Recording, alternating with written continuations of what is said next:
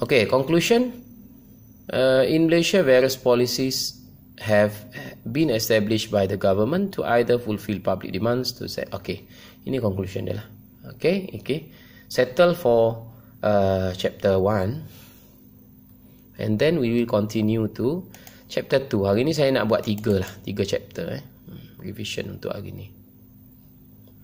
Sebab you akan ada test ni nanti you akan ada test pada minggu yang ke-14, antara 14 hari bulan sehingga 19 hari bulan. So saya buat review dulu sebab masuk chapter 1, chapter 2, chapter 3 ni.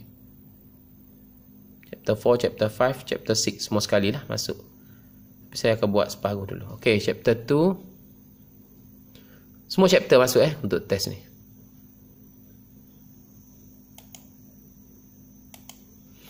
Okay, chapter 2, policy actors and policy institution in Malaysia. Learning outcome. Ingat, learning outcomes adalah benda-benda penting yang you kena tahu dalam chapter tersebut. Identify and explain various institution. Yang ni yang kena tahu. Apakah executive, apakah legislature, apakah judicial, apakah government agencies, apakah political parties, dan apakah civil society. Okay, definition of policy institution kena tahu. Apakah maksud institusi dasar, institusi yang membuat dasar. Policy actor, siapakah yang terlibat dalam membuat dasar? Political executive, siapakah yang berada dalam badan eksekutif yang terlibat dengan politik dan boleh membuat dasar. Okay, legislature pula. Legislature, badan perundangan, parlimen. Kena tahulah yang ni. Tolong tengok. Ini revision bukan lecture, so saya tak akan jelaskan satu-satu dah. Okay, function of legislature.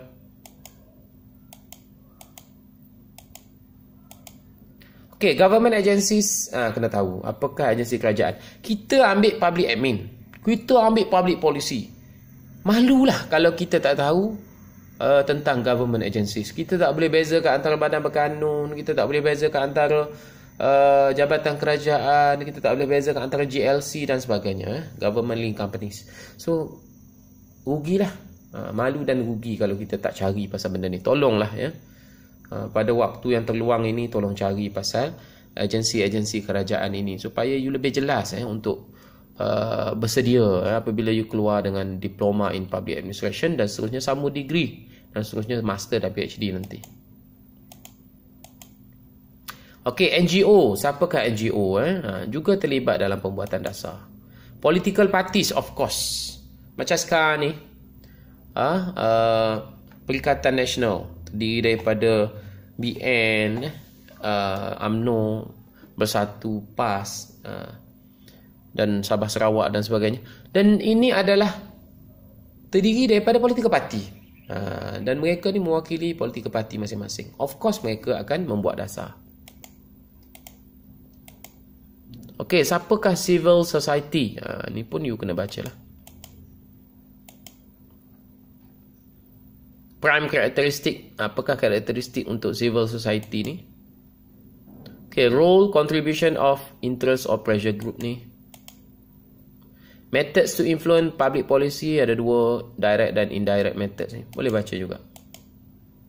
Okay, conclusion. Ini tutorial ni boleh try buat lah. Ini saya tak wajibkan lah. Ini boleh try buat sebab you dah ada tutorial. Ada kelas yang ada tutorial dengan saya dan ada dengan Dr. Is. So masing-masing buat dengan kelas masing-masing lah. Okay, habis. Kita pergi ke chapter 3. Okay, saya akan buat sampai chapter 3 dulu. Nanti saya akan sambung 4 hingga 6 pula.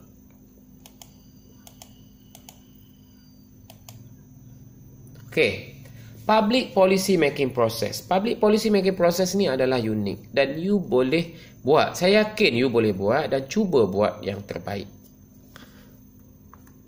Okey. Beza kita antara kita yang belajar public administration ni dengan orang yang tidak belajar. Orang yang tidak belajar dapat maklumat from internet, dapat maklumat daripada bacaan umum dan sebagainya. Kita memang belajar spesifik. So of course lah, ini adalah chapter yang penting. yang membezakan you antara orang yang belajar public administration dengan orang yang tidak belajar. Maksud saya orang tidak belajar, maksudnya tidak belajar secara formal. You belajar secara formal, of course you kena tahu lebih. Learning outcomes, apakah yang ada dalam chapter ni? Agenda setting, policy formulation, policy implementation, policy evaluation, policy change and policy termination. Pastikan you tahu setiap each of these terms. Pastikan you tahu. Kalau you tak tahu, maka tak ada beza antara you dengan pelajar yang ambil course lain, engineering ke, AD ke, apa lagi course lain, management ke, science com ke, IM ke. Pastikan you ada beza dengan you ada input yang lebih daripada orang lain. Usahalah nak dapatkan input yang lebih. Satu, belajar. Yang kedua, kena cari. Okay, public policy making process. Kalau according to DAI ni ada 6 lah. Identification, policy problem. Cuba tengok. Policy problems ni ramai yang salah faham. Saya ulang balik. Masa buat assignment pun salah faham. Tapi yang tanya tu tanya, yang tak tanya tu salah faham sampailah ke hari akhirat. Jadi polisi problem ni bukannya masalah kepada polisi, tetapi polisi problem ni adalah masalah yang muncul sehingga perlu kita buat polisi. Saya ambil contoh satu. Apa masalah? Kemiskinan, poverty di kalangan bumi putera. Kerajaan buat NEP, lepas tu sambung dengan NDP. Maksudnya polisi problem tu masalah yang muncul sebelum polisi itu dibuat, yang memerlukan kepada polisi itu dibuat. Boleh jelas Okey. Identification of policy problem tu maksudnya masalah yang muncul tu memerlukan kepada polisi gapo. Contohnya adalah ni, cost of living, high living cost, contohnya sebelum ni. So kerajaan pun buat polisi macam ni bagi membantu rakyat. Itulah masalah yang muncul sebelum polisi tu. Contohnya harga minyak mahal. So kerajaan buat minyak murah. Sekarang ni masalah health, COVID-19. Apa yang polisi kerajaan buat? Kuarantin. Polisi kerajaan buat apa ni? PKPB, itulah.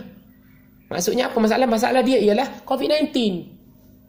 Penyakit berjangkit. Tak boleh keluar negara. Tu polisi. Jelas Bukan marah ni. Serius. Agenda setting, baru tetapkan agenda lah. Policy formulation, buat polisi. Rangkalah polisi. Okey, ni policy makers, kita dah belajar chapter 2 tadi. Ini yang lama, cuba cari yang barulah. Tak update ni nota ni.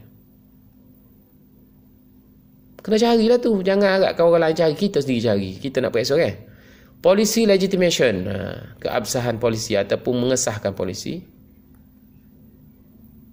Ada banyak stage Ni semua kita dah belajar dah.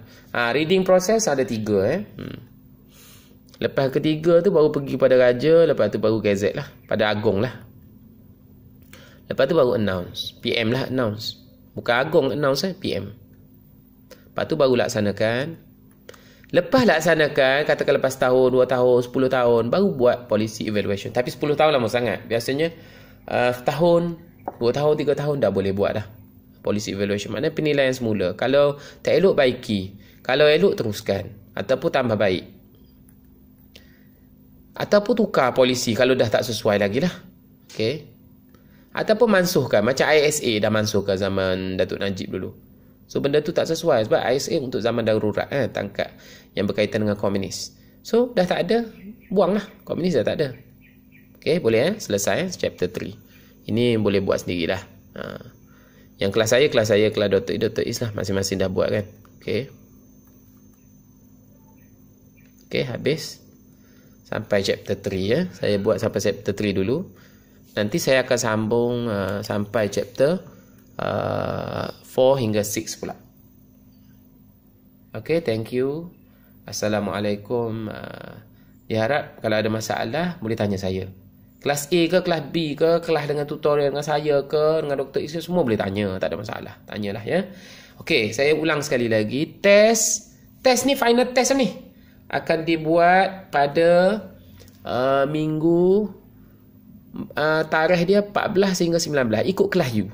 So yang kelas dengan Dr. Is, bincang dengan Dr. Is. Dr. Is akan beritahu bila 14 hingga 19 tu bila dia nak buat.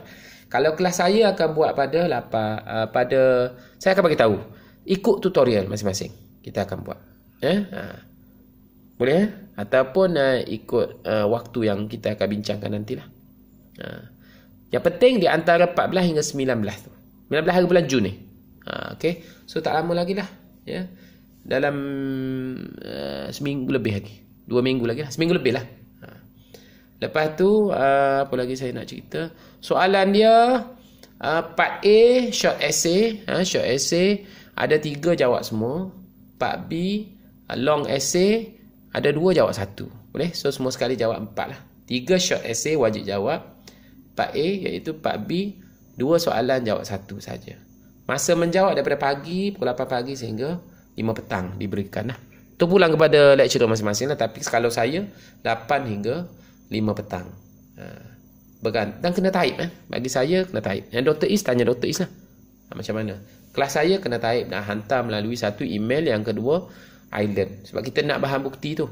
Unit exam nak bahan bukti tu. Jadi tak boleh melalui WhatsApp apa semua tu kemudian lah. Yang penting kita email dan juga Island dulu. Yang tak pernah masuk Island tu cuba-cubalah masuk Island dulu. Memang kita tak aktif lagi tapi kita akan guna. Kelas dah ada, dah wujud. Masuk, enroll kelas masing-masing. Dan pastikan nanti hantar melalui ada saya akan bagi tahu nanti. Okay, thank you. Assalamualaikum. Bye-bye.